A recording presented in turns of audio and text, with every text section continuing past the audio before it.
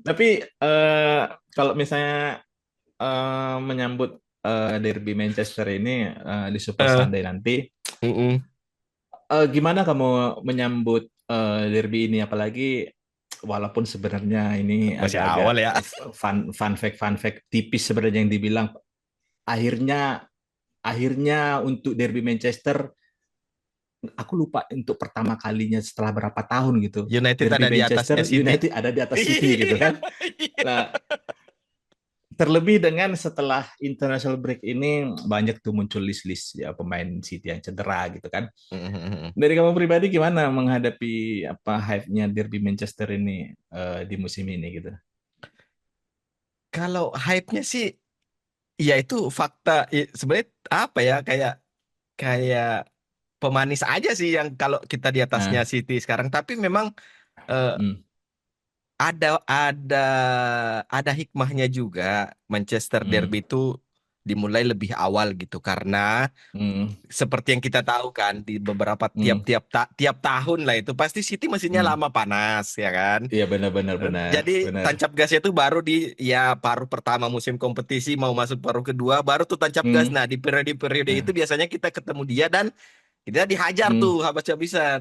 Cuma benar-benar ya cuma ya. ini kan baru pekan keempat kan ya, Hmm, pekan keempat iya dan masuk ya pekan City keempat. City masih dingin dan Benar-benar belum benar. belum belum ini juga, belum apa ya, menurutku belum transisi dari adanya De Bruyne kemudian hilang terus Gundogan yang second Hmm, spellnya juga nggak berfungsi dengan baik, kemudian integrasinya Omar Marmus juga yang kayaknya masih belum hmm, belum optimal gitu kan, ditambah lagi sisi kirinya yang biasanya ada opsi Grealish sama Doku tapi sekarang tinggal Doku sama Foden misalnya atau siapa ya. gitu.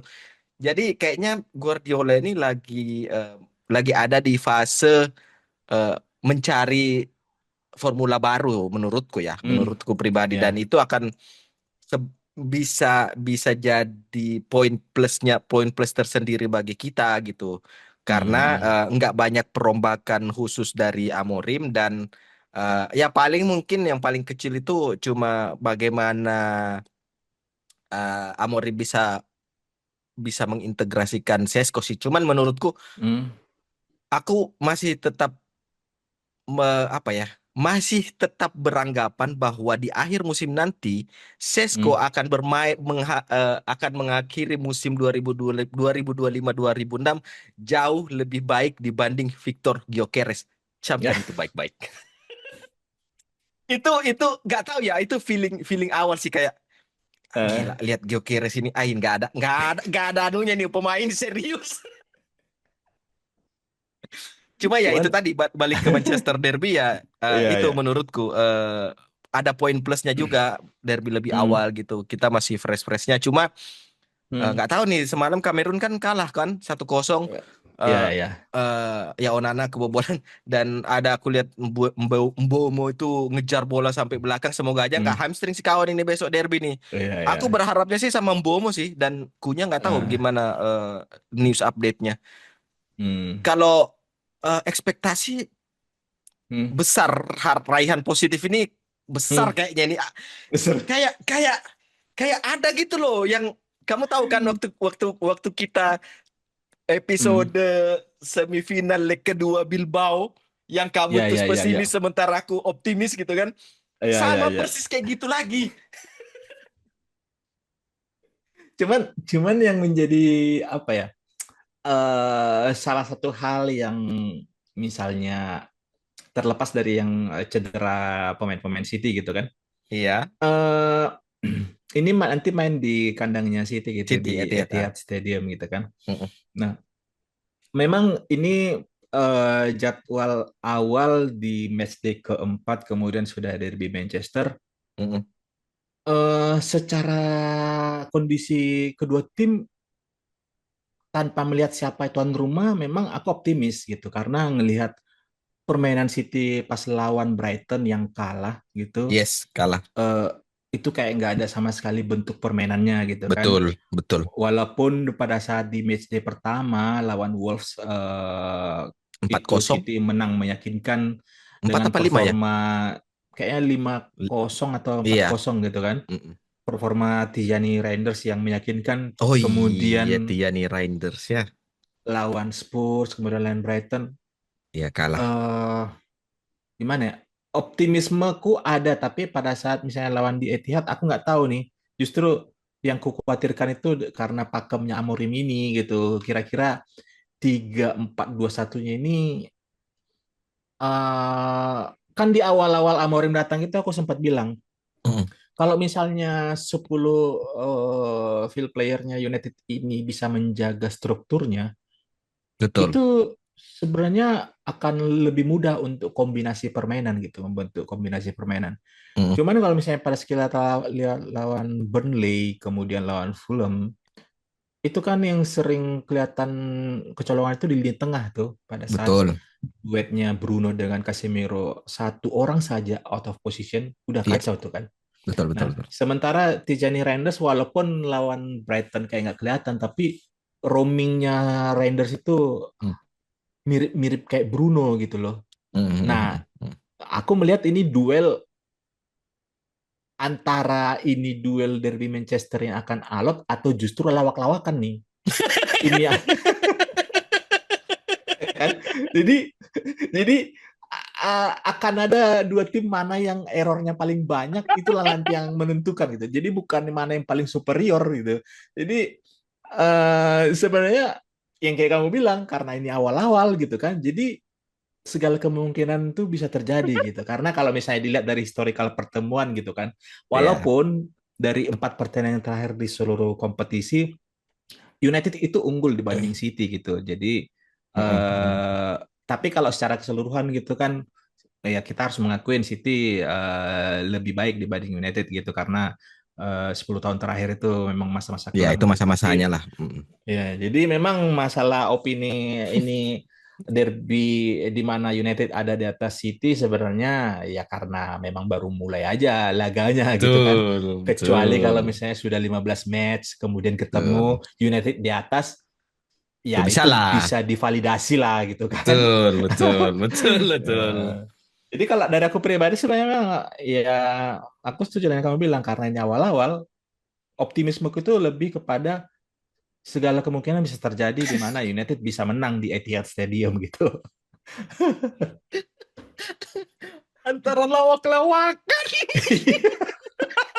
Karena misalnya contoh ya, walaupun kita masih belum bisa sebenarnya menilai secara penuh gimana seorang Sesko Ya, ya. di lini depan United karena memang secara menit bermain itu selalu dimasukkan dari bangku Babak kedua. cadangan. Mhm. Erling Haaland itu masih valid dari musim sebelum-sebelumnya kita menilai kalau Haaland itu memang betul-betul striker nomor 9 yang harus ada supply, nggak Iya, bisa iya. Ya, memberikan opsi gitu, nggak bisa tipikal yang mau misalnya lagi buntu turun. nih, nggak ada Mm, supply turun atau mm, melebar gitu kan. mm. Lawan Brighton betul-betul bisa dihitung berapa kali dapat atau terlibat dalam permainan gitu. Memang sangat jadi kayak eh, jadi kalau misalnya United bisa mengunci lini tengahnya City untuk menghambat supply ke Erling Haaland, Mm. ya jadi kartu mati sih Erling Haaland nanti kalau menurutku. Kayaknya yang kemarin kan lawan Brighton itu yang di babak pertama itu kayaknya Haaland cuma bisa dapat pas 3 kali atau sama sekali nggak ada. Aku Hmm. lupa di match lawan siapa gitu. Kalau nggak Hmm. Brighton, Spurs, gitu. Lupa aku. Yang dia betul-betul kayak anak hilang di depan gitu. Hmm. Nah, cuma Ya. masalahnya di City adalah eh, karena kamu nyebut Gianni Reinders Hmm. itu kan dia diplot sebagai penggantinya De Bruyne kan. Iya, iya. Tapi ya gimana ya guys ya, mau ngebandingin De Bruyne dengan Reinders nih. Well, di pertandingan pertama iya memang bagus, Hmm. tapi aku sorry to say aja, tapi memang ini pemain ya masih untuk untuk memerankan posisinya si De Bruyne tuh masih masih jauh sih dari Masih jauh ekspektasi, benar-benar. masih jauh, masih jauh. Apalagi mungkin yang di luar dari kalkulasi Pep Guardiola ataupun dari manajemen City ya. Hmm. Apalagi setelah Ryan Cherky juga masuk dalam daftar list cedera gitu kan. Oh iya, Eh Ilkay Gundogan itu sudah pindah ke Galatasaray. Galatasaray. Jadi untuk backup di lini tengah benar-benar hanya mengandalkan seorang Tijani Reinders gitu. Jadi Hmm. kalau misalnya dibilang ini pertandingan 50-50, aku lebih setuju 50-50 karena memang eh, main di Rodri fit Etihad. kah? Rodri sudah fit, sudah main dia Oh, kan pas kemarin. Cuman masih belum ada kelihatan eh, magisnya. kontribusinya gitu. Hmm. Karena kayaknya ya, Hmm. Sudah selesai justru aku juga itu lihat orang. posisinya Rodri ini kayak mirip-mirip contoh kayak Toni Kroos di atau Casemiro di Madrid gitu. Casemiro tanpa ada Modric dengan Toni Kroos, ya Casemiro kayak yang di MU ini, ya kan? Nah, Rodri Rodri nggak ada tandemnya di tengah, nggak ada kayak kan sebelumnya itu dia ada kombinasi antara Gundogan, kemudian Bernardo Silva, ada KDB gitu kan. Hmm.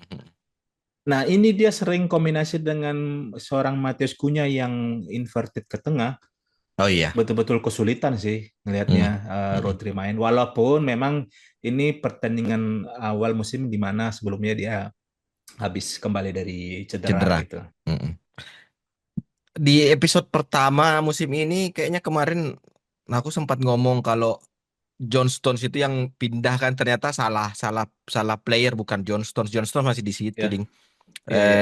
Ini apa namanya? Dulu kan juga musim lalu apa 2 musim lalu ya, 2 musim lalu kayaknya yang John Stones itu bisa diplot Hmm, sebagai halfback atau apalah istilahnya, iya. role yang nggak jelas Ah, itulah. Dan ya, itu ya. yang nggak tahu kalau misalnya nanti di match ini Guardiola mengembalikan perannya John Stones sebagai tandemnya Rodri di pivot ya. Ya Hmm, bisa jadi sih lini tengah yang diharapkan itu jadi konyol-konyolan itu, lawak itu, hmm. bisa jadi nggak terrealisasi. Tapi ya nggak tahu, Guardiola ini kita nggak tahu nih jalan pola pikirnya, pelatih saat ini memang terlalu overthinking, aneh-aneh. Hanya saja kayaknya Johnston masih tetap jadi center back karena Akanji sudah pindah gitu. Oh Jadi nggak iya, ada opsi Kanji untuk pindah ya. menggantikan gitu. Mm-mm. Hmm. Yang yang kalau misalnya kita ngebahas soal City ya, eh, aku yang masih nggak habis pikir itu sebenarnya adalah eh, Gvardiol ini nggak nggak banget sih menurutku sebagai fullback atau wingback tuh, nggak Eh, kayak kurang aja gitu loh. hmm. Kayaknya Kalau kalau kalau menurutku ya Gvardiol itu memang tipikal kan mungkin kita awalnya tahu Gvardiol itu seorang center back kan, kemudian digeser Mm-mm, ke sisi kiri mm-mm, gitu. mm-mm, Kalau penilaianku kenapa misalnya Gvardiol itu masih tetap jadi pilihan Pep Guardiola, walaupun misalnya Ryan At-Nouri sudah ada gitu posisi mm-mm, back kiri, mm-mm, walaupun katanya cedera ya. Kalau aku lihat mm-mm. sih Guardiola itu jarang melakukan Error. hal-hal error gitu loh. Jadi Mm, memang dia tipikal pemain yang eh, biasa aja. Jadi seperlunya gitu loh. Jadi nggak yang menonjol mm, dalam hal attacking, nggak menonjol juga dalam hal defensif gitu, tapi jarang juga melakukan error. Jadi menurutku sih Gvardiol itu tipe-tipe pemain-pemain aman gitu loh, kalau aku melihatnya. oke, oke, make sense. Eh, terus kalau dari sisinya United, Hmm. yang tadi kamu highlight soal kemungkinan lini tengahnya City yang kosong dan bakal dieksploitasi sama Kunya yang merangsek dari kiri terus inverted masuk cut inside di Ya, half space-nya lini pertahanan City, dan itu kalau nggak ada yang nge-cover itu selesai, itu bisa jadi beneran kejadian sih nanti ya. Eh, ya, ya. Cuma tadi juga kamu bilang soal strukturnya United itu kalau misalnya bisa dijaga gitu. Eh, Hmm. Sebenarnya ada kok. Maksudnya struktur Hmm. itu di beberapa kali kesempatan kelihatan kok. Cuma memang Hmm. kayaknya yang jadi persoalannya United itu adalah kalau misalnya kamu perhatikan ya, pada saat struktur itu terjaga gitu kan, Hmm. dan itu terlalu lama dijaga strukturnya, Hmm. hilang tuh konsentrasi pemain. Hmm. Kalau misalnya kamu perhatikan, coba deh kamu perhatikan, itu pasti ada satu momen yang tiba-tiba kayak Eh, switch off nih pemain. Anjir kok bisa kayak gitu gitu loh, sama kayak golnya golnya siapa kemarin itu ya, yang Burnley, gol gol 2 sama atau gol 1 sama ya? atau gol mana gitu tiba-tiba, loh kok ini Nah, pemain ada 6 apa 7 pemain di belakang tapi hmm, tiba-tiba ada satu yang lepas gitu loh. oh, Itu itu absurd banget betul, kayak kayak sama sekali nggak ada yang bisa ngasih komando, nggak ada yang bisa ngasih hmm, instruksi gitu kan. hmm, Nah, yang jadi yang jadi tanda tanya lagi di United ini nanti, hmm, Manchester Derby ini, apakah kita masih akan memainkan Altay Bayindir atau hmm, si Senel Lameng gitu kan? hmm, Karena bukan berharapnya, aku feelingku kayaknya masih Bayindir sih. Dan hmm, yang seperti aku bilang di episode sebelumnya itu, nomor satunya hmm, United itu sekarang Bayindir menurutku. hmm. Bukan bukan Lameng itu bukan. Ya, sebenarnya kalau ngelihat dari tensi subjek dari derby ini, kalau secara teori di atas kertas harusnya Baindir ya, karena Sam Lammers ini kan masih baru gitu kan. Jadi Mm-mm. mungkin akan ada faktor-faktor non teknis seperti misalnya masalah mentalnya belum siap lah untuk menghadapi sebuah derby, apalagi mainnya di Etihad gitu kan. Ya, Mm-mm. tapi secara keseluruhan sebenarnya kalaupun misalnya Sam Lammers yang dimainkan, akan ada perjudian besar yang harus eh, siap-siap ditanggung gitu. Kapan misalnya kiper baru ini melakukan kesalahan ataupun misalnya lini belakang atau lini tengah lagi lawak-lawaknya gitu kan, ini bisa menghukum lebih dini mentalnya Lemars untuk sepanjang musim nanti Oh gitu iya loh, betul ya ya. kan? Iya iya iya Jadi iya iya. Kena mentalnya eh, betul betul. kira-kira itu worth it atau tidak gitu diambil Hmm. gitu kan, gambling untuk Mhm. menurunkan gitu. Jadi memang kemungkinan besar masih Bayi Indir yang akan diturunkan sih kalau dari aku sendiri. Cuma aku jadi kepikiran loh soal perjudian ini kan. Hmm. Hal yang sama juga dilakukan sama Sir Alex di musim Hmm. perdananya De Gea yang kita kalah Hmm. 6-1. Yang Why Always Me Why Always Me? Itu musim pertamanya De Gea ah kan? 2011 Iya, iya. musim pertamanya kan? Iya. Musim pertamanya Iya. De Gea diturunkan, 2011. nggak ada yang Hmm. kenal dia siapa, cungkring, Hmm. belum operasi mata, segala macam lah. Hmm. Ada lah semua rumor-rumornya itu. Belum ada Twitter belum rame tuh, belum rame Hmm. putih-putihan tuh di situ tuh. Iya, iya. Tahu-tahu, tahu-tahu dipasang gitu kan. Cuma masalahnya adalah pada saat itu sosial media belum Iya, terekspos belum seperti semasif. sekarang, belum semasif Iya. sekarang. Jadi mental yang harusnya, yang sudah seharusnya hancur mungkin Hmm. Hmm. itu masih bisa diredam tuh sama faktor Sir Alexnya, sama faktor kurangnya akses informasi ke pemain tersebut, kurang Benar. kurang kurang apa, dibully kan, bulinya masih Iya, kurang. ya. Nah, sebenarnya itu pun kayaknya sah-sah aja kalau misalnya Amorim mau menurunkan Lemens, Hmm. tapi ya faktor sosial media ini sih yang betul-betul gila. Aku nonton kemarin, nonton kemarin tuh video, short, video shortnya stick to Hmm. stick to football, stick to overlap apa-apa gitu ya, overlap Hmm. yang fans kan, fans debat itu kan. Terus Mhm. fansnya si Brighton ini tiba-tiba ngomong soal eh Fabrizio Romano yang katanya dia nge-tweet Garnacho mau ke kamar mandi aja dia nge-tweet, apa urgensinya coba. Jadi dia tuh mengambil POV. Ya memang sosial media itu nggak bisa dipisahkan gitu loh. Tapi Iya, ada ya. hal yang sudah hilang dari sosial media termasuk dalam hal bursa transfer karena terlalu Hmm. masifnya sosial media sekarang kan. Jadi hype Hmm. yang dia meng-highlight transfernya Ozil yang ke Hmm. Arsenal, terus fans Arsenal ada di belakang semua gitu nunggu beritanya Sky Hmm. Sport, atau pada saat Peter Odemwingie mau tanda tangan kontrak ke siapa gitu terus dia bawa Ah, mobil gitu kan. Yang ya, ya. momen-momen seperti itu sebenarnya yang sudah hilang dan kita cuma menikmatinya tuh lewat Here We Go-nya Fabrizio Romano. Cuma Hmm. uniknya karena dia masih mengapresiasi kerjanya Onstein dibanding Romano, karena Hmm. Onstein cuma sebatas ini sudah akan terjadi gitu loh. Sementara Tidak Romano hal-hal, mengulangi, tidak mengulangi berita yang sama gitu kan? ya, dan kayaknya Onstein ini belajar pada saat dia di band sama Sir Alex nih. Iya, memang pas masih di periode ya di masa akhir karirnya Sir Alex lah, itu Sir Alex masih bisa mengkontrol Iya. eh, tim dari sisi media sebenarnya gitu kan.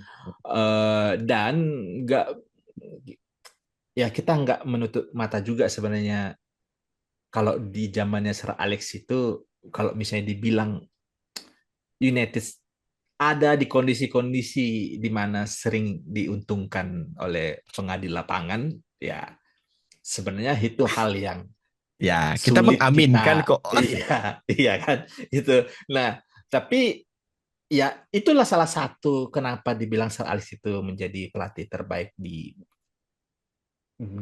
Britania dan di Eropa gitu. Eropa. Hmm. eh, Auranya itu bisa bisa secara tidak langsung Mempengaruhi ya. mempengaruhi gitu, secara non teknis mungkin untuk seorang wasit gitu loh kan.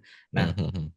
kalau misalnya sekarang, kalau misalnya nanti contoh perjudian St. Helens diturunkan, ya siap-siap aja sebenarnya fans di Asia khususnya di Indonesia namanya akan berubah jadi Ah, Sen lemas gitu kan. ah, Kiper lemas gitu kan dia namanya juga. iya. Jadi ya menarik menarik dinantikan nanti untuk pemilihan starting. Tapi kalau misalnya kita lihat dari gayanya Amorim, eh, dia jarang sih menurunkan langsung dari menit pertama. Contoh kayak Sesko gitu Sesko. kan, Hmm, hmm, hmm, ya pertandingan-pertandingan teknis, bagaimana kesiapannya, kemudian pertandingan itu sepenting apa untuk dihadapi gitu kan. hmm, hmm, Ya harapanku sih sebenarnya Amorim bisa mengadjust di in game, kalau misalnya contoh pas sampai 60 menit ada yang tidak works gitu, dia bisa beradaptasi di in game-nya gitu. Tapi kalau misalnya nanti mendekati menit-menit akhir baru dia berusaha untuk merubah sesuatu, akan sangat sulit sih menurutku. hmm. Amorim. Menurutmu eh, pelatih kita ini ada yang bilang kalau inilah yang dimaksud dengan ruthless-nya dia Hmm. dalam menangani tim dalam dalam Ah, dalam konteks semua pemain yang nggak bisa perform meskipun mereka sudah dikasih kesempatan dan gagal perform itu hmm. akhirnya tanpa basa-basi akan didepak gitu, akan didepak gitu. Hmm. Ya Hmm. Garnacho, Rashford, Sancho, Onana yang bahkan kita sudah habis kesabaran tapi Amorim masih sabar untuk memainkan dia gitu. Dan Hmm. puncaknya pada saat kemarin lawan Grimsby dia bikin blunder yang kesalahan konyol itu Hmm. Hmm. akhirnya itu yang diaminkan sama fans bahwa Hmm. ya inilah bentuk ruthlessnya Ruben Amorim gitu. Kamu tetap akan dikasih kesempatan sampai di titik dia merasa oke dia nggak layak gitu. Nah, masalahnya adalah Hmm. kalau memang itu yang itu tekniknya Amorim menghandle pemain, Hmm. eh, kenapa itu belum kita lihat di sisi Ugarte dan Kopi Mainu? Hmm. Hmm. Mungkin mungkin yang pertanyaanmu itu menjadi salah satu trigger juga yang menjadi membelah opini, antara opini fansnya United dengan fansnya tim lain itu terkait Bruno Fernandes gitu. Jadi menurutku yang menjadi membuat hal seperti itu Amorim terhadap Kobe Meno dan Ugarte karena memang untuk mengakomodir seorang Bruno Oh, yang kamu Fernandes bilang di gitu. pot sebelumnya ya. Iya. Jadi memang akan sangat sulit sebenarnya untuk memilih antara tiga pemain ini siapa yang diturunkan gitu kan. Hanya Mhm. saja mungkin karena Casemiro performanya nggak yang jelek-jelek banget, Konstan, makanya konstan. iya, Mhm. jadi makanya Casemiro malah justru yang jadi pilihan utama gitu kan, untuk di lini tengah gitu. Tapi kalau misalnya kita lihat dari sisi untuk gimana Amorim mau coba eh, menjaga seorang atau memainkan Ugarte, di mana Ugarte dulu mantan Pemainnya di Sporting. pemainnya di Sporting gitu kan. Iya ya. Harusnya ini sih masalah masalah dia mau cari chemistry yang paling pas gitu loh. Hmm. Untuk seorang Casemiro gitu kan. Tapi kalau karena ini aku lihat karena masih pertandingan masih 3 pekan gitu. Kecuali kalau misalnya nanti misalnya sampai setengah musim berjalan, ternyata Ugarte ataupun Kobe Mainoo jarang diturunkan ataupun pas diturunkan itu masih tidak perform, ya baru kita bisa menilai mungkin Amorim itu nggak bisa mencoba menjaga apa potensial dari khususnya Kobe Mainoo ya, Mhm. potensial dari seorang Kobe Mainoo gitu. Tapi ini masalah waktu sih kalau menurutku. Berarti tinggal butuh waktu aja ya sampai akhirnya kita Iya, bisa melihat apa sih yang sebenarnya diharapkan sama Amorim soal dua pemain ini ya. iya benar-benar. Tapi aku nggak tahu ya, apa cuma feelingku aja atau memang Hmm, hampir semua fans juga melihat ini gitu loh. Aku melihat ada kalau misalnya ada satu hal selain aspek soal Casemiro kenapa masih tetap dimainkan meskipun nggak bagus-bagus amat. hmm. Aku kayaknya Casemiro sama Amorim ini habis ketemu empat mata deh. Sharing session kayaknya dua orang ini. Asli, Eh, kayak yang diandalkan di lini tengah itu ah, Casemiro itu adalah kapten tanpa ban kapten. ban kapten, ya ya. Pemimpin tanpa ban kapten gitu loh. Jadi kayaknya Ah, ini pemain harus ada pokoknya dalam lapangan gitu. benar-benar. Jadi kalau misalnya kamu lihat puncaknya itu yang ini loh, yang United lawan lawan siapa itu ya? Yang ada highlightnya Garnacho musim lalu kayaknya, yang Garnacho mau cut Oh yang inside terus dimarahin. dimarahin sama Casemiro. Hmm. Itu aku lihat loh, kawan ini habis habis habis bicara empat mata kah sama Hmm. Amorim.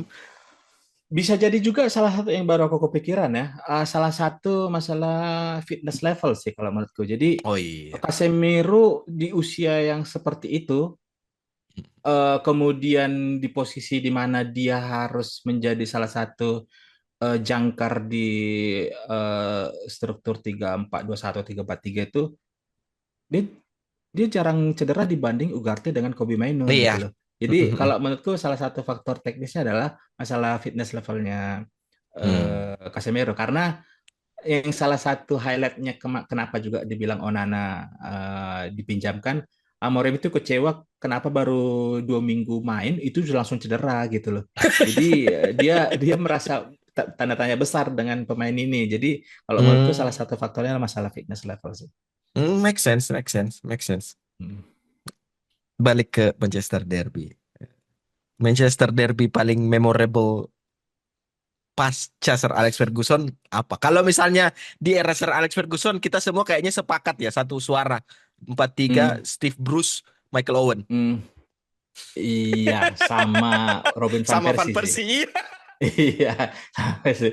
Iya, itu dua match di mana mungkin kita sebagai fans United yang dalam sebuah sosok dewasa jadi fans yang benar-benar bisa Hmm. diingatan kita juga masih fresh gitu Iya. kan.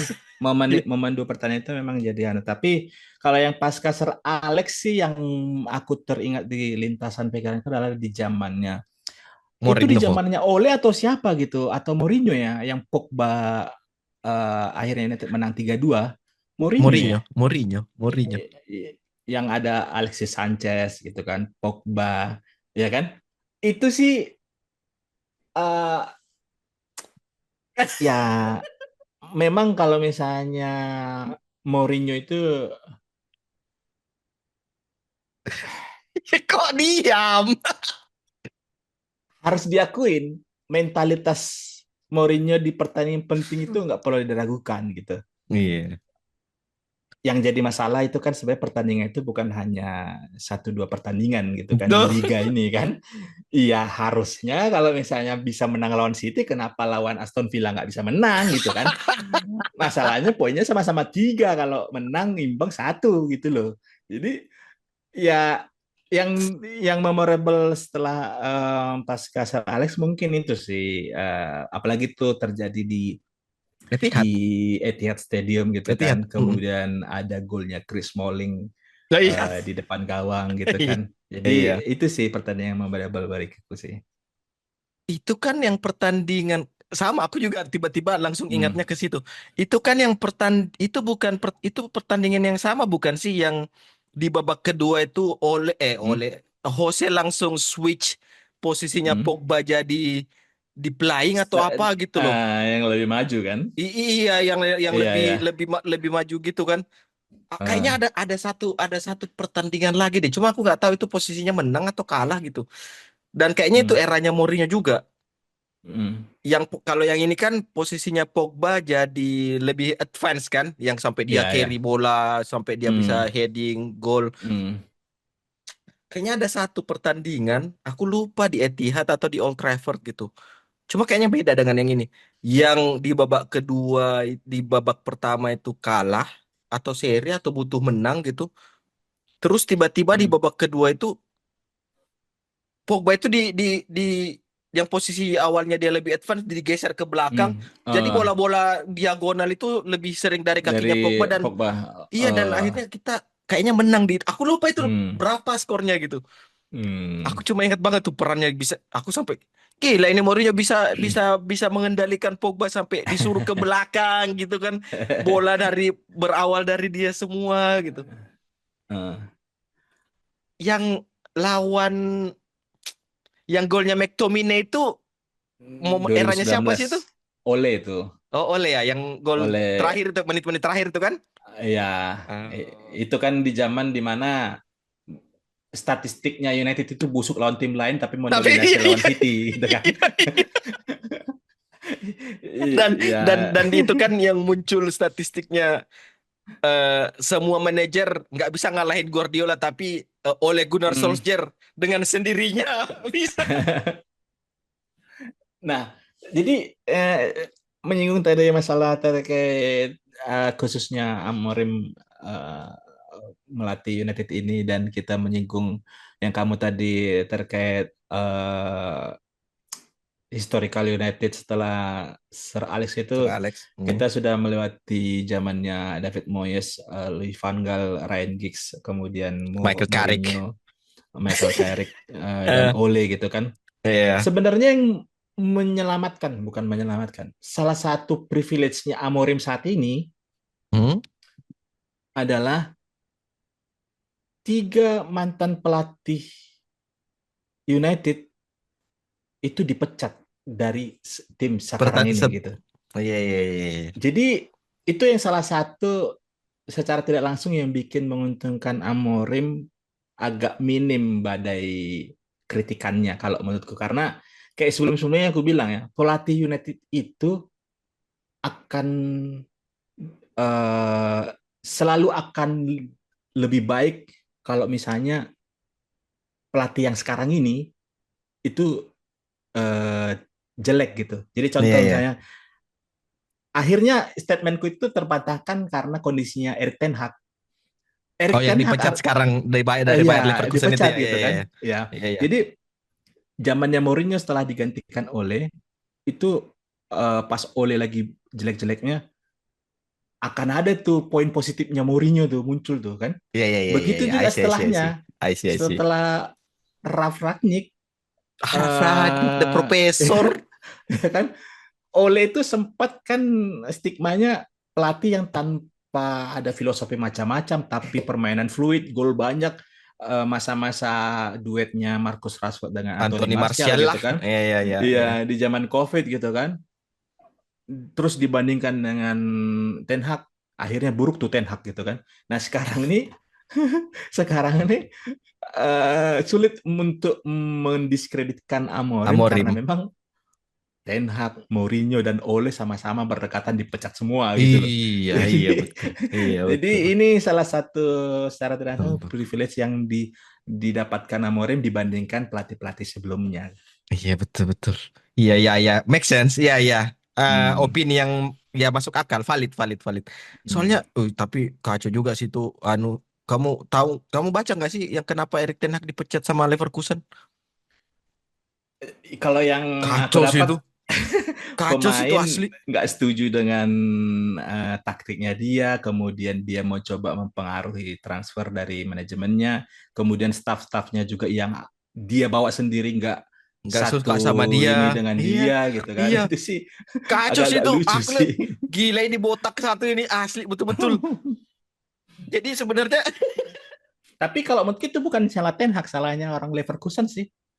kenapa Eh, memangnya? Maksudku nggak harus 2 pertandingan juga Pak dipecat. Ya kan? Iya, iya, Walaupun misalnya dibilang itu kan pesangonnya 5 juta euro gitu kan. iya, iya. Dan bahkan ada sempat opini, aku nggak tahu itu fakta atau tidak gitu.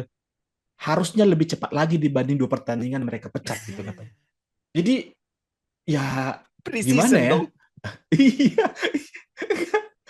harusnya kan orang yang milih itu yang salah gitu kan. Kenapa bisa sampai sefatal itu dan secepat itu proses pemecatannya gitu loh. Iya, iya betul juga sih. Ya nggak tahu juga apa ilmu-ilmu yang dipakai sama Ten Hag sampai petinggi Bayer Leverkusen itu mau Hmm, milih dia. Cuma pembelaannya Ten Hag ini juga sebenarnya nggak salah-salah hmm, amat gitu. Nggak ya, bisa nggak ada benarnya juga karena dia bilang kan hmm, kalau nggak salah dia bilang loh saya harus ngapain dengan skuad ah. yang pemainnya hilang semua. Itu dia kan sebenarnya makanya kita nggak tahu bar minimum yang dipatok manajemen Leverkusen pada saat hiring Ten Hag ini apakah sama kayak musim sebelumnya dengan pemain yang seadanya, apalagi ditinggalkan pelatih bek kanan andalannya, kemudian playmakernya gitu kan, Gelandang terbaik mereka. nggak kalian terbaik mereka gitu. Jadi ya aku justru mempertanyakan manajemennya Leverkusen ini sih. 2 pertandingan loh, 2 pertandingan loh. Gitu. Kalau misalnya dibilang karena pertandingan terakhir yang awalnya sudah unggul 3-1 Terus kemudian kebobolan ya. Werder Bremen sudah kartu merah, akhirnya pertandingan imbang 3-3. Mm-mm. Ya gimana ya? Ya kayaknya nggak secepat itu juga sih gitu. Anyway, karena kamu menyinggung masalah memorable moment Mm. derby Manchester setelah Sir Alex gitu kan. Mm-mm. Eh, Menurutmu ada nggak pemain City, baik itu past atau present, yang dari kamu sendiri ini pemain harusnya main di United gitu, atau yang jadi pemain pengennya berseragam United gitu? Pos Alex Ferguson. Past and present sekarang lah gitu. Jadi zamannya Sir Alex pun bisa gitu. Wah, itu Atau ada yang saat ini dan yang saat ini gitu. wah, kalau pas mungkin tiga tapi bisa jadi dua aja sih. Hmm. Yaya Torre sama Kun Aguero. Aku itu mau bagaimanapun sakitnya itu dengar Hmm. suara komentator Aguero gitu kan. Aku nggak bisa benci sama ini pemain dan berharap banget dulu Iya, iya. ini pemain bisa main di United gitu. Kalau Yaya Ah, Toure ya nggak bisa ditanya lagi lah. Mungkin ah. kalau yang post Alex Ferguson mungkin Riyad Mahrez kayaknya. Riyad Riyad Mahrez. Mahrez ya.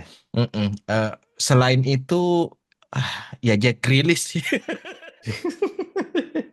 Nggak tahu Kalau aku ya, memang memang terlalu terlalu aneh saya ini milih Jack Grealish karena nggak tahu ya Jack Grealish sih kayak pemain yang punya magisnya tersendiri dan hmm, menurutku ini pemain bisa hmm. bisa jago di United. Nggak tahu kenapa. Kalau kalau yang skuad saat ini ada nggak pemain Oh, yang squad yang sekarang ya. dari City ya? Hmm, Squad sekarang nggak ada kayaknya. Nggak ada ya. Paling banter John Stones. John Stones. Paling banter John Hmm. Stones atau Ruben Dias itu aja kalau aku. Hmm. Kalau yang lain kayak Omar Marmus, Hmm. Ryan Cherky, oke Flair Hmm. tapi Hmm. enggak Belum juga, bisa enggak diukur ya. belum bisa diukur. Tiani Reinders Hmm. oke, tapi dia musim lalu di Milan, Pak. Gimana? Ya, memang kalau yang squad City saat ini Kayaknya biasa aja susah. sih. Iya, nggak Iya ada kan? nggak ada pemain yang kayaknya pengen menjadi atau menjadi sorotan media gitu, minimal menjadi Mm, sorotan media yang dinantikan penampilannya mm, gitu kan. Karena mm, secara secara label kayak superstar, bahkan seorang Erling Haaland pun ya memang hanya dia itu goal getter aja ya, hanya pada saat dia yang cetak gol aja dia ada Mm. muncul menjadi Highlight, subjek di iya, ya di spotlight kan. spotlight gitu kan. Mm-mm. Memang kalau yang musim ini aku pun kayaknya sulit sih untuk mencari Iya kan, siapa yang pengen di United gitu. Tapi kalau saya yang di yang lama. musim sebelumnya, Mm-mm. kalau kamu bilangnya Ettore, aku justru bilangnya Fernandinho sih. Jadi Aduh, Fernandinho ini agak-agak tricky juga, tricky sih. Cuma ya oke, make sense. Ada bisa juga iya Fernandinho. Fernandinho itu kalau jadi kenapa misalnya aku lihat Fernandinho karena dia kayaknya sosok holding yang paling ideal untuk menggantikan atau seperti mirip Michael Carrick gitu loh kalau menurutku. Jadi Oh yang iya, kayaknya jarang muncul dalam namanya jarang muncul dalam statistik gitu, tapi dia punya perannya peran krusial. penting gitu loh ya Mm. untuk menjaga jarak antara pertahanan dengan lini tengah dan menyambung ke depan. Jadi kalau aku yang misalnya sosok mungkin ya, aku nggak tahu Fernandinho itu sosok underrated atau normally rated gitu, tapi Underrated itu, menurutku underrated underrated. ya. Jadi Menurutku kalau underrated. aku sih Fernandinho. Pemain lain yang mungkin setelah itu adalah David Silva. enggak sih. Enggak ya. Mungkin ini Aku agak-agak di aku luar juga dari enggak anu. sih. Enggak tahu, tapi Kan memang David Silva jenius sih. Cuma enggak iya, cocok aja menurutku. kayaknya ya mungkin kalau misalnya kayak David Silva akan kita lihat seperti Juan Juan Mata Mata, gitu. yes. Iya, Ya iya, kan? iya, iya, iya, iya, Jadi iya, iya. memang David Silva itu cocok di sistemnya Pep Pep. Guardiola Mm, gitu mm, kan. mm, mm, mm. Nah, tapi selain dari itu pemain yang misalnya seandainya nih pemain bisa di United itu justru Pablo Zabaleta gitu. Anjir, Pa- absurd banget Pablo Zabaleta. Pablo Zabaleta tuh gimana ya? Eh, Setelah Gary Neville tuh mungkin hanya seorang Anthony Antonio Valencia Valencia. aja Hmm. yang mana sebenarnya Valencia ini pemain jadi-jadian juga gitu kan yang dibeli dari Wigan awalnya seorang Iya, RM Wigan atau ya, RW RW.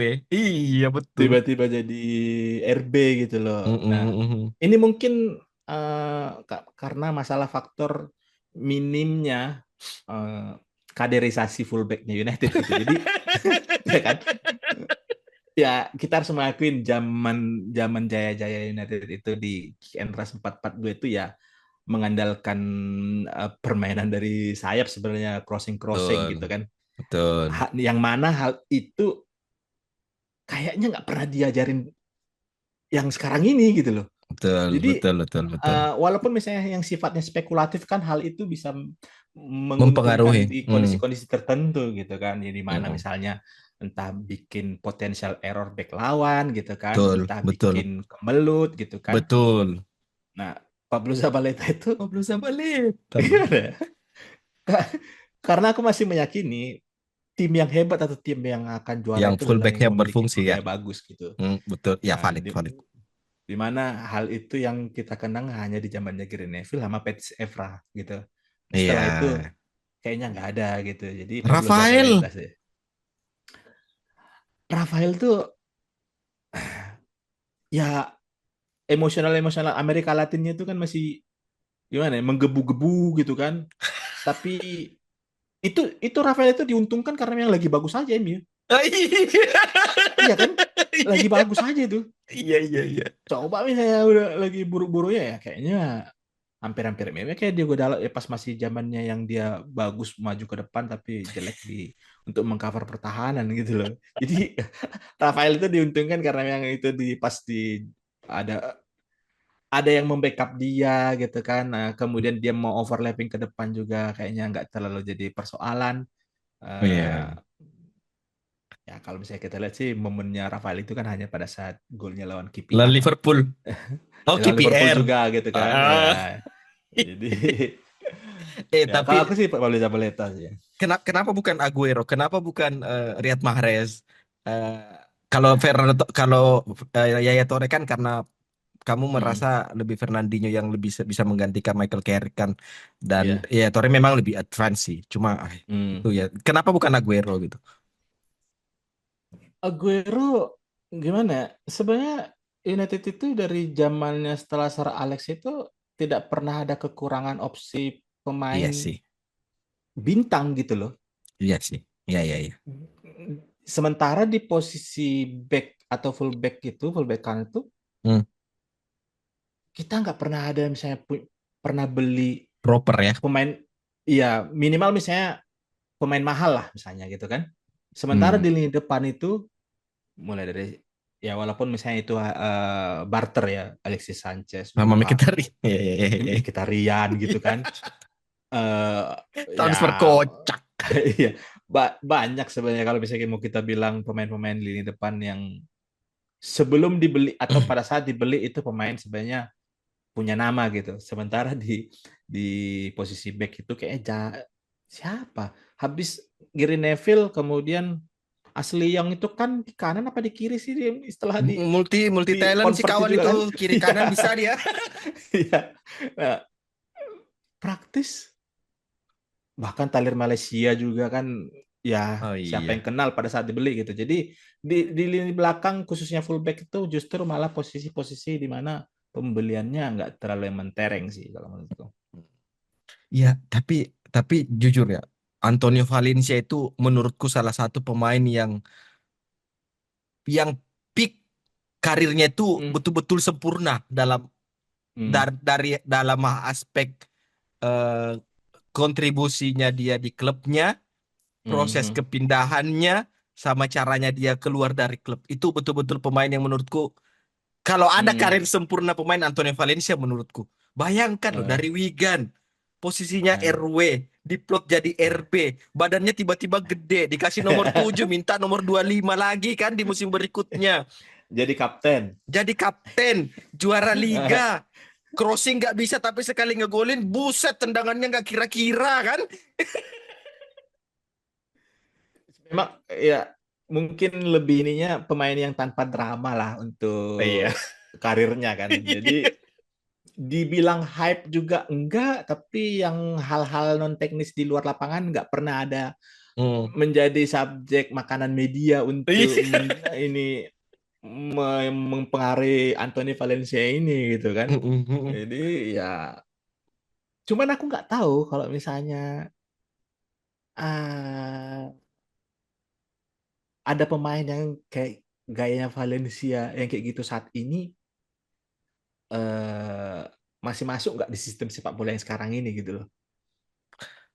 Aduh, nggak tahu ya. Nggak kayaknya sih. Kayaknya enggak Masalahnya sih. kan crossingnya Tony Valencia kan memang menyusur bumi kan. Nggak ada tuh namanya yang melengkung kan. Nggak ada. Pokoknya tendangan itu pakai tempurung kaki terus gitu. Jadi memang salah satu ya mungkin untungnya fans United yang melewati masa awal 2000-an, 2010 kemudian setelah itu adalah kita bisa melihat macam-macam pemain gitu loh kan. Yang kita bisa menikmati gimana seorang Gary Asli. Neville terima bola kayaknya gampang banget terima di dadanya, kemudian Iya crossing-crossing ya. diagonal gitu kan. Iya betul betul. Kemudian Anthony Valencia momen dimana kalau dia udah dribble bolanya dilari kencangin nggak ada yang bisa ngejar gitu kan. Kemudian umpan datar pokoknya sekencang-kencangnya Asli. siapa yang terima di sana nggak tahu gitu kan. Asli anomali sekali loh itu pemain sumpah tau. Iya. Kalau misalnya kita lihat dari basicnya seorang fullback kan itu nggak ideal sebenarnya gitu kan, nggak ideal gitu kan.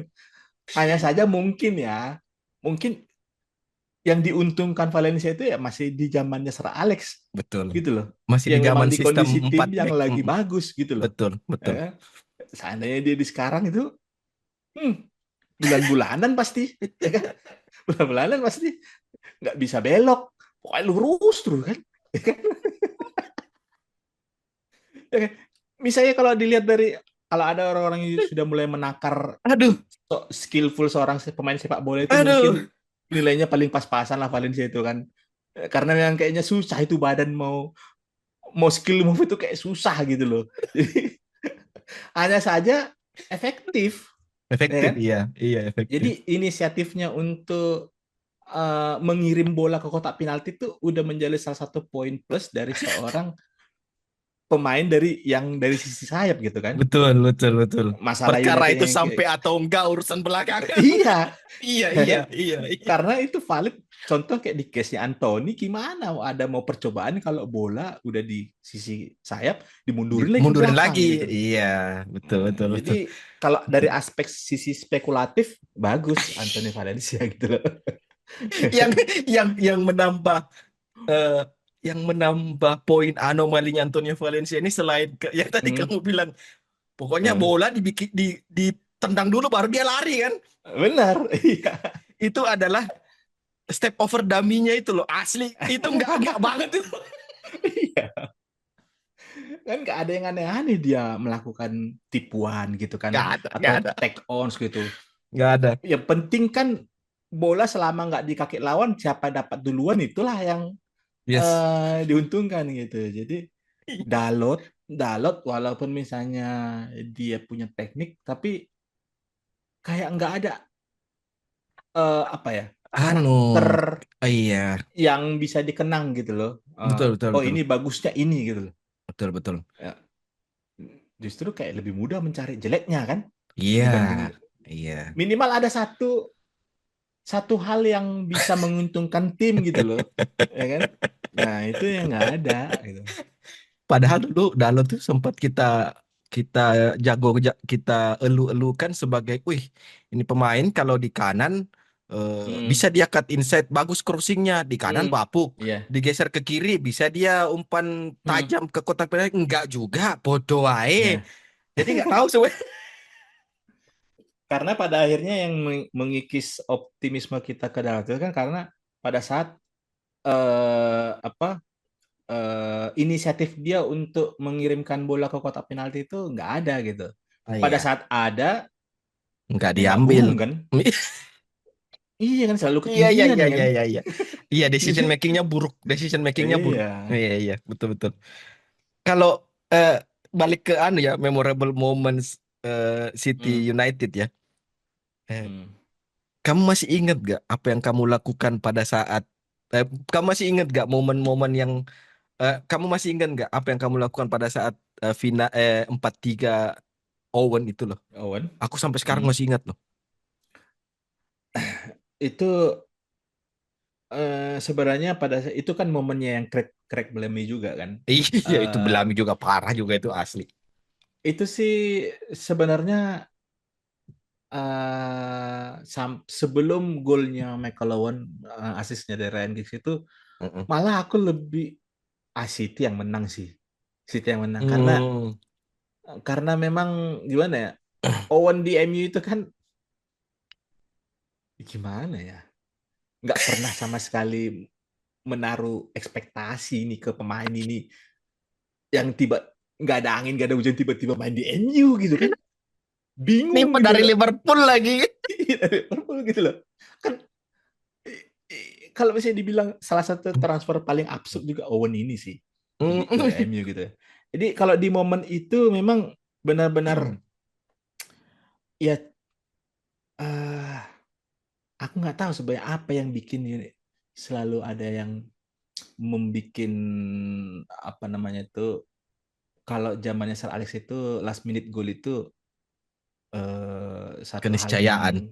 iya suatu hal yang biasa gitu kan. Iya, iya. Padahal sebenarnya tim lain pun sering kayak gitu loh, Nih, gitu loh. Iya kan? Ya kan? Nah, yang bikin bumbu derby itu makin kayak memorable karena memang itu gol di udah injury lewat. time juga Udah gitu kan. lewat kata, Iya udah udah. lewat itu kan, udah lewat. Yang marah-marah Mark Hughes kan Mark di Hughes, sorry, bukan lapangan. Steve Bruce, Mark Hughes. Iya, iya. Mark Hughes. Mm-mm. Jadi ya aku pribadi pun itu sempat udah apalagi Craig Bellamy kayaknya Nggak yang penting ketahan itu. pencet kotak gol gitu kan. Wih, Apalagi dari kiri itu lagi kan kan, iya masuk dari gitu. apalagi itu kayak di zaman-zaman Hmm. Ferdinand sudah mulai habis lah, Ya, dibully dibully habis-habisan tuh betul, kan. betul, betul, betul, Jadi betul. itu memang salah satu pertandingan yang misalnya dibilang dari sisi skor kejar-kejaran golnya sangat menghibur, Dan momentum golnya Owen itu yang jadi bikin lebih memorable sih. Iya, aku ingat yang pada saat itu udah di kayak kan itu nonton bareng habis Lebaran kan. Pas mau Mhm, momen Lebaran tuh di rumahnya temanku. Udah nonton mhm, bareng lah kan. Trans 7 waktu itu. mhm, Trans 7 habis itu tiga sama diejek-ejekin lah sama temanku fans Juve. mhm. Aku udah kemananya mau selesai Eh, mau masa kita begini aja tiga sama. Pas mhm. Owen ngegolin aku refleks pukul pahanya tuh mampus kau. Tapi kalau misalnya dilihat-lihat kayak di pertandingan-pertandingan sebelumnya ya, eh, yang jarang kelihatan sekarang ini kan di mana kalau misalnya United mau kejar ketertinggalan itu kita kayak jarang melihat eh, permainan United itu yang menyerbu konstan gitu loh. Yang dulu sering kita lihat itu di zamannya kayak misalnya Rooney, Ronaldo, Tevez itu kan Oh, kalau ketinggalan tuh sporadis. Maksudnya itu bukan yang pakai skema-skema gegenpressing, iya counter iya. pressing, Iya. yang lain-lain lah gitu kan. Insya Allah Pokoknya gol pokoknya. iya, iya kan. Sekarang ini kan karena terlalu kebanyakan teori, ya Iya, kan. kebanyakan teori sekarang ya, betul. Valid. Jadi kalau misalnya ada satu dalam susunan teori itu pet yang nggak berjalan, kemudian harus riset Buntu. ulang gitu loh, Iya, iya. ya kan. Mm-mm, Bukan yang mencoba terus-menerus gitu loh. Nah, betul. justru yang kita lihat dulu itu kan sebenarnya pemain itu kompak kalau misalnya mau nyerang itu sudah ada dari kanan kiri kemudian ada yang tinggal cari ruang gitu kan. Kalau sekarang Iya. kan kayak susah kita mencari momentum di mana di 5 menit terakhir atau di Mm-mm. injury time United benar-benar kayak kelihatan untuk kejar ketertinggalannya Mm-mm. gitu. Karena semuanya harus play by the book. Iya, Kalau benar. kalau itu ya memang kalau dulu Sir Alex ya sudah mempercayakan sama pemain. Kalau posisi Benar. kayak gini ya udah keluarkan kemampuan kalian 110%. Hmm. Bodoh amat sama struktur. Iya. Ya bukti bukti konkretnya itu yang inilah yang yang sudah sering berseliweran di reels Hmm. bagaimana Park Ji-sung, Wayne Rooney, Ronaldo tiba dari belakang tiba-tiba ke depan meskipun lawannya bukan Hmm. City ya tapi Arsenal Champions League itu Hmm. bagaimana dari belakang tiba-tiba itu nggak ada struktur sama sekali itu empat Iya, pemain iya. dari belakang cuma lari aja kerjanya tuh bola Iya, iya. satu dua tahu-tahu Ronaldo depan gol tuh asli sih itu memang udah nggak udah memang itu ya insya Allah gol pokoknya. Nah, karena kamu menyinggung masalah Rooney yang eh, eh, working high rate-nya itu yang seperti itu dan ada aku lupa siapa yang bilang yang beropini Rooney pas zaman di MU bahkan kalau ada back-back yang justru Rooney lebih baik dibanding back dari di tim Liga Inggris gitu. Nah, menyambung ke masalah working rate-nya Rooney, aku justru melihat masalah media kan. Kan tadi kamu bilang media itu satu ya hal yang nggak bisa dihindarin kalau di zaman sekarang. Mungkin bisa jadi ini masalah profesionalisme sih. Kalau Make memang sense. masalah media ini memang nggak bisa terhindarkan, selama mereka profesionalismenya masih bisa terjaga, harusnya apa yang dilakukan Rooney, Ronaldo, Park Ji-sung yang dulu, ya sekarang ini pemain itu bisa gitu. Bukannya misalnya menit 80 ketinggalan kemudian kayak kayak ogah-ogahan gitu loh, nggak mau Hmm. ngejar yang totalitas gitu loh. Jadi kalau menurutku sih masalah profesionalisme yang membedakan pemain yang dulu dengan yang sekarang. Iya, iya profesionalisme betul-betul. Sama ya mau nggak bisa dipungkiri juga kayak kayak ya mungkin bisa sekaligus jadi beban juga kan bagi mereka Hmm. karena selain mereka profesionalitasnya ya mungkin nggak se work rate-nya dan profesionalitasnya nggak sekuat atau nggak sebagus pada saat yang era-eranya Rooney itu ya Hmm. karena terlalu takut kayaknya pemain ini melakukan kesalahan kecil pun akan jadi Hmm. sorotan kan dan akan jadi bahan bulian, meme lah, Hmm. apalah jadi bahan pergunjingan di kalangan fans Ya. lah, masuk United stand lah, apalah kayak Hmm. gitu-gitu kan. Hmm. Jadi ya mungkin itu salah satunya juga yang bikin kenapa kita nggak susah kayak susah menemukan tipikal working class hero seperti pemain-pemain United dulu gitu Hmm. kayaknya. make sense tapi. Jadi besok Super Sunday berapa prediksi skor? Kalau misalnya apa yang ditampilkan City masih sama dengan pas lawan Brighton, dan MU mempertahankan sama seperti pada saat lawan Burnley, kemungkinan 1-2 untuk United. 1-2 ya. 1-2 ya untuk United ya. Ya, oke. Karena kalau misalnya dilihat dari ini ya, masalah chemistry di lini depan, Dapat lah ya. kayaknya baru kali ini yang kayaknya aku pribadi bisa bilang kayak Tinggal tunggu duet gol aja. Matheus Cunha dengan Mbeumo itu lebih baik dibanding duo atau trionya kalau misalnya di lini depan ya dari tim yang lain gitu loh. Ah, Untuk oke. masalah menjanjikannya loh gitu kan. Oke, berarti Walaupun iya. misalnya Matheus Cunha belum ada gol, Hmm. Mbeumo Mbeumo kan baru sudah ada satu. gol ya di Satu. anu di yang udah tersingkir kan. Jadi Oh iya, iya, iya. lawan Burnley golnya juga kan di Iya, Liga dua, Inggris dua gitu. gol. Mm-mm. Yang menjanjikan kayaknya baru musim ini yang bisa kelihatan lebih menjanjikannya gitu lah. 1-2 sih kalau menurutku. Tapi aku mengamini itu sih karena mengamini lebih menjanjikan ya karena aku juga merasakan kayak sensasi vibe kalau wah ini barang tinggal tunggu waktu aja sih ini. Kayak gitu loh. Iya. Nah, yang penting kalau yang aku khawatirkan adalah pas di momennya pas lawan Fulham gitu. Eh Hmm, Lawan Fulham itu Matheus Cunha beberapa kali di 2-3 menit awal itu langsung melakukan tancap gas ancaman ya. ke Hmm, ke gawangnya Fulham gitu kan. Setelah itu hmm. kok lama-lama mulai Hilang ya. hilang gitu kan. Hmm, hmm, Nah, hmm. itu semoga momentum-momentum kayak gitu bisa terjaga lebih lama gitu, nggak hanya dalam fase-fase tertentu dan bahkan sampai 90 menit justru nurun gitu. Ya, ya. Oke. Oke. Akan menjadi sangat indah gitu loh kalau di Super Sunday nanti itu eh, Benjamin Sesko menjadi headlines di media Nah, keesokan harinya Welcome to Manchester. Puf, dengan golnya gitu kan. tapi aku yakin mulai dari pertandingan pertama lawan Arsenal pun harapan Diturunkan. itu gitu kan. Enggak. Oh, Harapan itu kan sebenarnya ada kan. Sesko akan menjadi ada. highlight. Dan Iya. sampai 3 pertandingan justru sebenarnya dari Amorim malah yang nggak memainkan gitu. Dan ini Mhm. memang yang menarik kira-kira apakah di lawan City nanti akhirnya dimainkan dari menit pertama gitu kan. Mhm. Sehingga supaya lebih cepat menyatu ke tim gitu loh. Mhm. Walaupun misalnya hanya hanya nunggu di tengah gitu dari Mbeumo dan Kunya gitu, tapi ya semoga sih lawan City nanti sudah bisa dimainkan dari menit pertama gitu. Semoga aja soalnya eh, butuh satu sosok buat buat apa ya mengganggu solidnya lini belakangnya City yang Ruben Dias sama John Stones kan. Dan Opsi ya untuk end produknya ya. iya, opsi untuk end produknya Hmm. itu butuh satu sosok yang gede gitu, yang bisa Hmm. membuli mereka. Dan Hmm.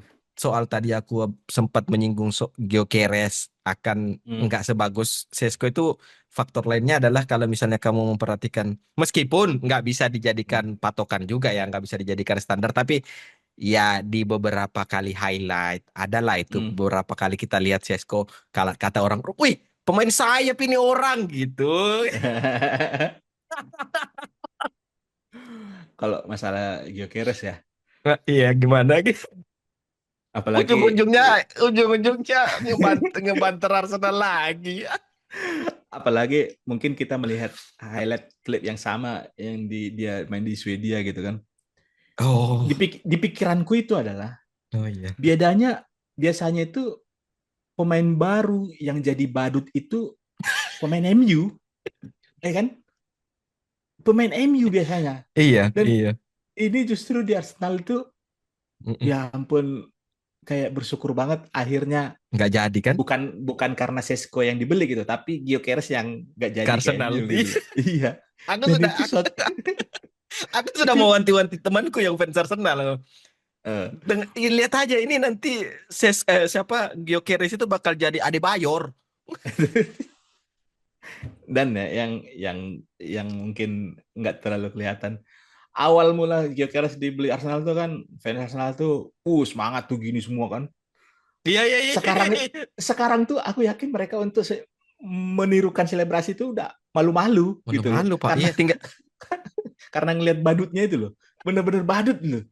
Kayak susah banget gitu nerima bola, susah dribble bola nggak bisa gitu loh. lari. Kayak kayak mana itu Gyökeres yang digembor-gemborkan pada saat Sporting menang membantai Manchester City 5-2. Iya. Asli badut. Itu fans Arsenal udah nggak gini lagi. Hmm. Pakai masker COVID. Tapi kita nggak tahu lah ya. Tapi yang jelas kalau kayaknya dalam hal Gyökeres, fans Arsenal pun Udah malu-malu nyerah ya. juga mereka untuk menaruh optimisme kan. Bahkan untuk menaruh harapan aja malu-malu gitu loh. Ah, Jadi nanti dilihat aja sih gimana perkembangannya. oh iya. Oke.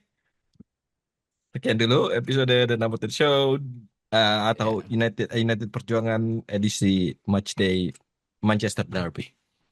Sampai ya. ketemu di episode berikutnya. Thank you, Median. See you. Bye-bye. Thank you, thank you.